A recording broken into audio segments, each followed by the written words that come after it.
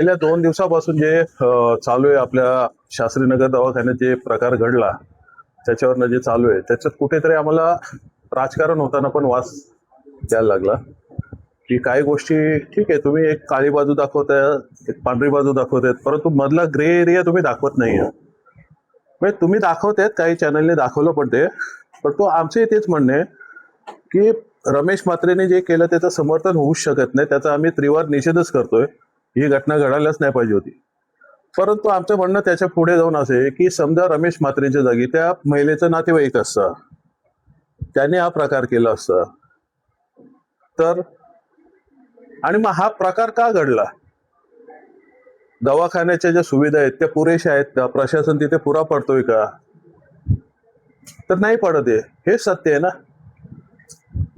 प्रशासनाने ज्या तिथे सोयी द्यायला पाहिजे होत्या त्या तिथे होत नाही. डॉक्टर्स तिथे वेळेवर नसतात.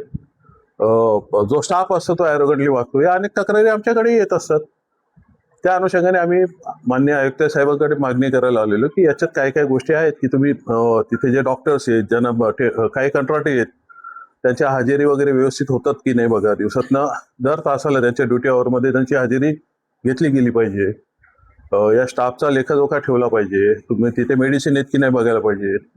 तिथे जे बेड्स उपलब्ध आहेत त्याचं एक डॅशबोर्ड असायला पाहिजे. अशा अनेक सूचना केल्या. तिथे जो शवाग्रह आहे म्हणजे पोस्टमॉर्टमचा तो कक्ष आहे बनवलाय, त्याची दुर्गंधी आजूबाजूला जाते. जवळजवळ 3,000 लोकांनी तक्रारी केल्यात त्याच्या. तो एकतर शिफ्ट करा किंवा तिथे एक 20 लाखाचं काहीतरी मशीन लावायची आहे, ती लावली नाहीये अजून. तर प्रशासन जर अशा गोष्टीत हलगर्जीपणा करत असेल तर त्याला कोणी जाब विचारायला नको का? तो विचारायला आम्ही इथे आलो होतो. तुम्ही सत्तेत आहात. धन्यवाद. तुम्ही आम्हाला सत्तेत 6 महिने झाले आणि प्रश्न विचारताय. 30-30 वर्ष जे सत्तेत बसलेले आहेत ते काय करतात त्यांना पहिला प्रश्न विचारा. आम्ही यासाठी सत्तेत बसलेलो आहोत की हे जे चाललंय ते बरोबर चाललंय नाही, सत्तेत राहून आम्ही सुधारू शकतो, हा आम्हाला आत्मविश्वास आहे. आणि आम्हाला सत्तेत राहून आम्ही काय करतो हा प्रश्न 5 वर्षानंतर विचारा, त्याचा रिझल्ट बघून विचारा. पहिली गोष्ट डोंबिवलीचे आमदार रवींद्र चव्हाण तिथे आहेत कुठे? 6-7 दिवस पाऊस पडतोय, आज तो रवी उगवला पण आमचा रवी तिथे उगवला नाही अजून. त्यामुळे तुम्ही ज्यांना प्रश्न विचारायचे त्यांना प्रश्न विचारत नाही. जे इमानदारीत काही ध्येय घेऊन पुढे आलेले आहेत त्यांना प्रश्न विचारतात. माझी आपणास विनंती आहे की अशा लोकांना तुम्ही प्रश्न विचारा की काय करताय तुम्ही. डोंबिवलीच्या मध्यभागी ते पोस्टमॉर्टमचं ते ग्रह कक्ष आणून ठेवलाय. या अशी तुमची प्लॅनिंग असते. रामनगरची स्मशानभूमी तिथं हटवा.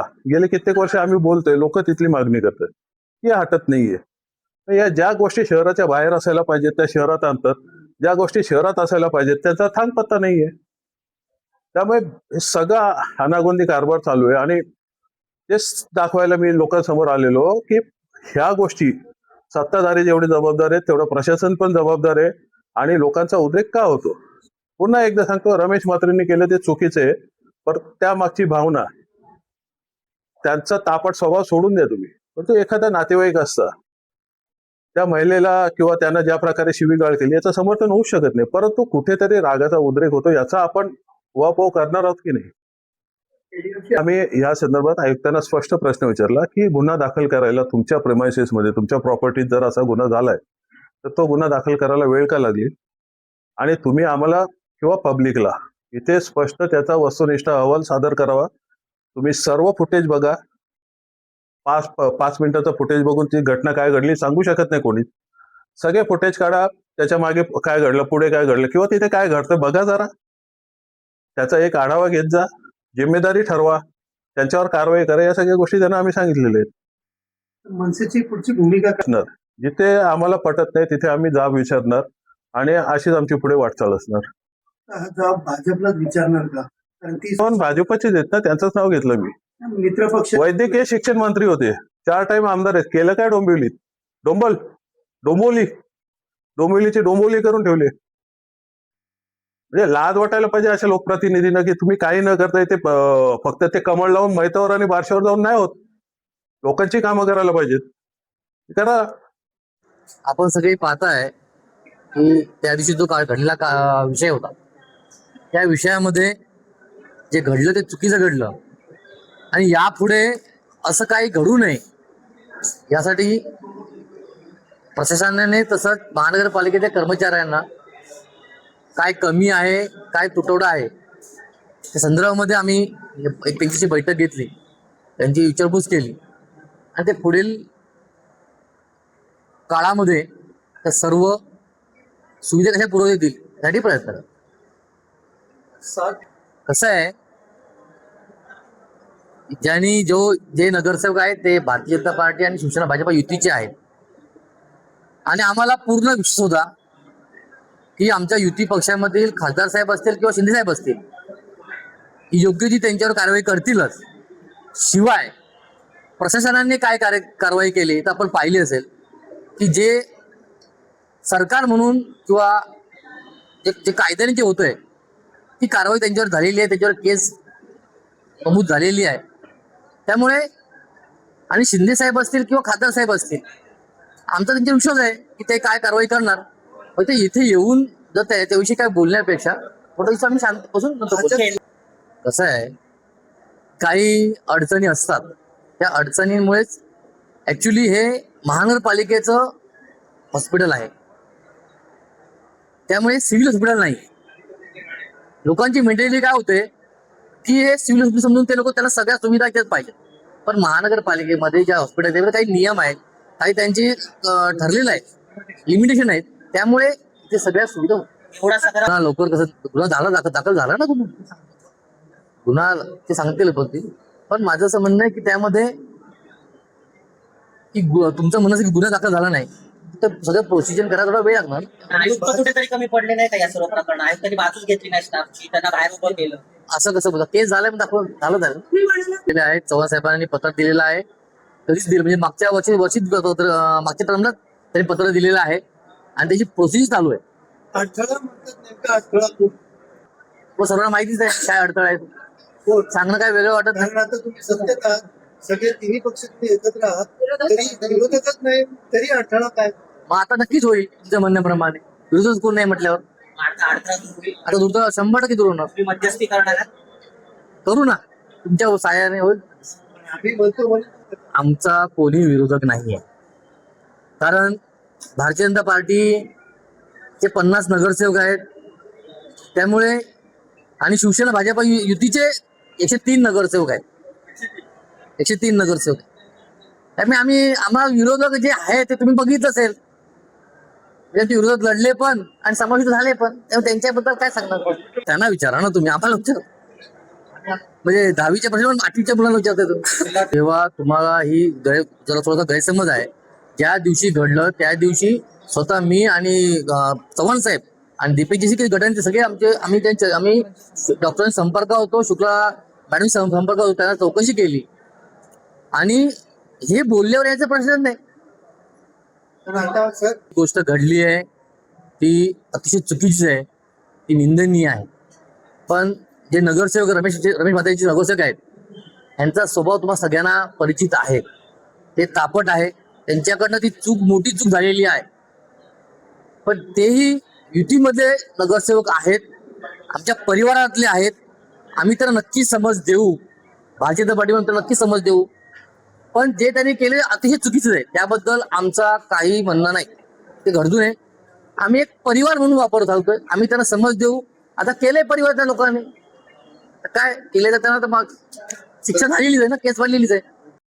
मी तर पहिले भारतीय जनता पार्टीच्या वतीनं जी घटना शास्त्रीनगर हॉस्पिटलमध्ये घडली आहे तिचा निषेध करतो आणि अशा घटना पुढे घडू नये यासाठी जे काय लागेल त्याच्यासाठी आम्ही सर्व भारतीय जनता पार्टीचे नगरसेवक म्हणून प्रयत्न करणार आहोत.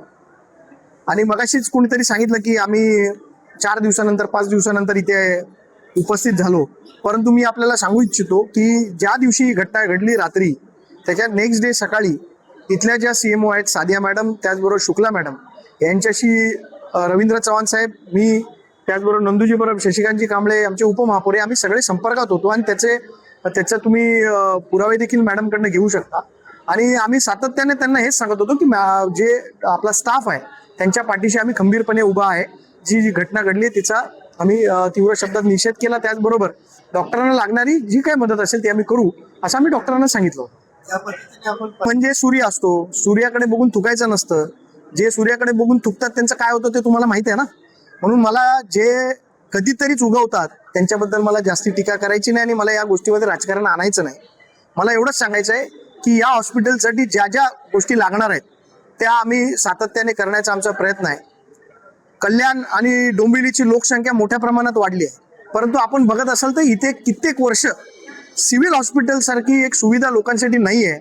आणि आमची आज ठाम मागणी राहणार आहे की रवींद्र चव्हाण साहेब यांच्या नेतृत्वामध्ये कल्याण डोंबिवलीमध्ये लवकरच एक सिव्हिल हॉस्पिटल व्हावं किंवा एक शास्त्रीनगर किंवा रुक्मिणीबाईच्या हॉस्पिटलला सिव्हिल हॉस्पिटलचा दर्जा तरी मिळावा, याच्यासाठी आमचा प्रयत्न राहणार आहे. कारण म्युन्सिपल हॉस्पिटलचे काही लिमिटेशन्स असतात आणि त्या सुविधा लोकांना मिळत नाही आणि त्याच्यासाठी हा आमचा प्रयत्न आहे की सिव्हिल हॉस्पिटल लवकरात लवकर कल्याण डोंबिवलीत यावं.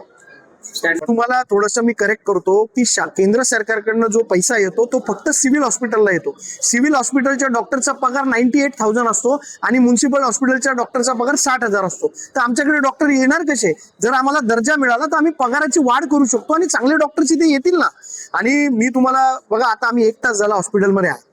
मी आपल्याला सांगू इच्छितो की ज्या आहेत त्या सुविधांमध्ये चांगल्या सुविधा देण्याचं काम लोकांना होतं. आपण बघत असाल तर लोकांची वर्दळ बघा आज किती आहे हॉस्पिटलमध्ये. आणि आमचं म्हणणं एवढंच आहे की हे हॉस्पिटलमध्ये 14 गावं 27 गावं इतकी सगळी लोक इथे येत असतात, त्यांना सुविधा देण्याचं काम मी असं नाही म्हणत की सगळ्या सुविधा चांगल्या आम्ही देतो. आता आमच्या जिल्हाध्यक्षांनी आणि शशिकांत कांबळेंनी डॉक्टरांना हेही सांगितलं की तुमचा जो खालचा स्टाफ आहे तो लोकांची नीट बोलत नाही, त्यांना थोडी समज द्या आणि त्यांना थोडं लोकांची नीट बोलायला नीट वागायला शिकवा. या सगळ्या पद्धतीचं काम भारतीय जनता पार्टीकडनं भविष्य काळामध्ये होणार आहे. तर मी थोडंसं आपल्याला याच्यातली माहिती देऊ इच्छितो की शास्त्रीनगर रुग्णालय जे आहे त्याच्यामध्ये जी मेटर्निटी सर्व्हिसेस आपण महिलांना देतो, एका महिन्यामध्ये 70 ते 80 महिलांची डिलिव्हरी आपण इथे करतो. आणि मोठ्या प्रमाणात जे प्रेग्नन्सी रिलेटेड पेशंट्स आहेत ते मोठ्या प्रमाणात इथे येत असतात. आणि आपली पहिली प्रायोरिटी ही वॅक्सिनेशन्स, मेटर्निटी सर्व्हिसेस आणि साथीचे रोग ही म्युन्सिपल हॉस्पिटलच्या मेन याच गोष्टींची सुविधा देण्याचा आम्हाला अधिकार आहे. आणि बाकीच्या ज्या सगळ्या सर्व्हिसेस आहेत सिव्हिल हॉस्पिटलने द्याव्या, म्हणून आमची मागणी सिव्हिल हॉस्पिटलच आहे.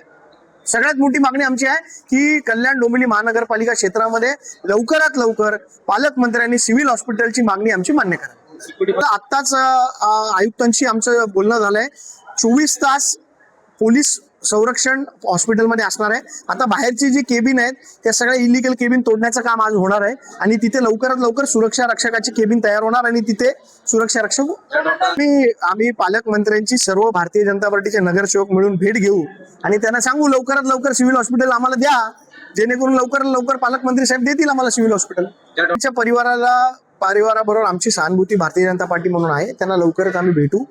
आणि कसं आहे, या सगळ्या घटनेने साहजिक आहे की माणसाचं मानसिक संतुलन बिघडलेलं असतं, माणूस थोडा डिप्रेशनमध्ये देखील जातो. या डॉक्टरांना आम्ही भेट घेऊ आणि त्यांचं सांत्वन करण्याचा आम्ही प्रयत्न.